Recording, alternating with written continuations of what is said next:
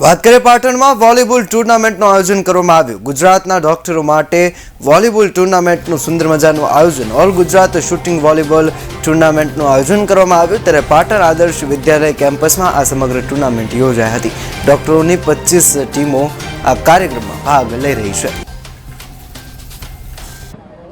આજે આદર્શ સ્કૂલના ગ્રાઉન્ડ ઉપર પાટણ આઈએમએના યજમાન પદે all Gujarat doctors shooting volleyball ટુર્નામેન્ટનું આયોજન કરવામાં આવ્યું છે, જેમાં 25 ટીમોએ ભાગ લીધો છે અને 200 જેટલા ડોક્ટરો રમી રહ્યા છે।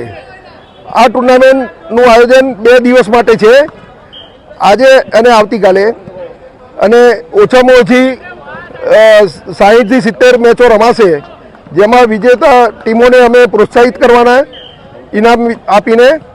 અને આ ટુર્નામેન્ટ છેલ્લા 25 વર્ષથી રમાઈ રહી છે અને દરેક અલગ અલગ ગુજરાતના અલગ અલગ શહેરોમાં તેનું આયોજન થઈ રહ્યું છે।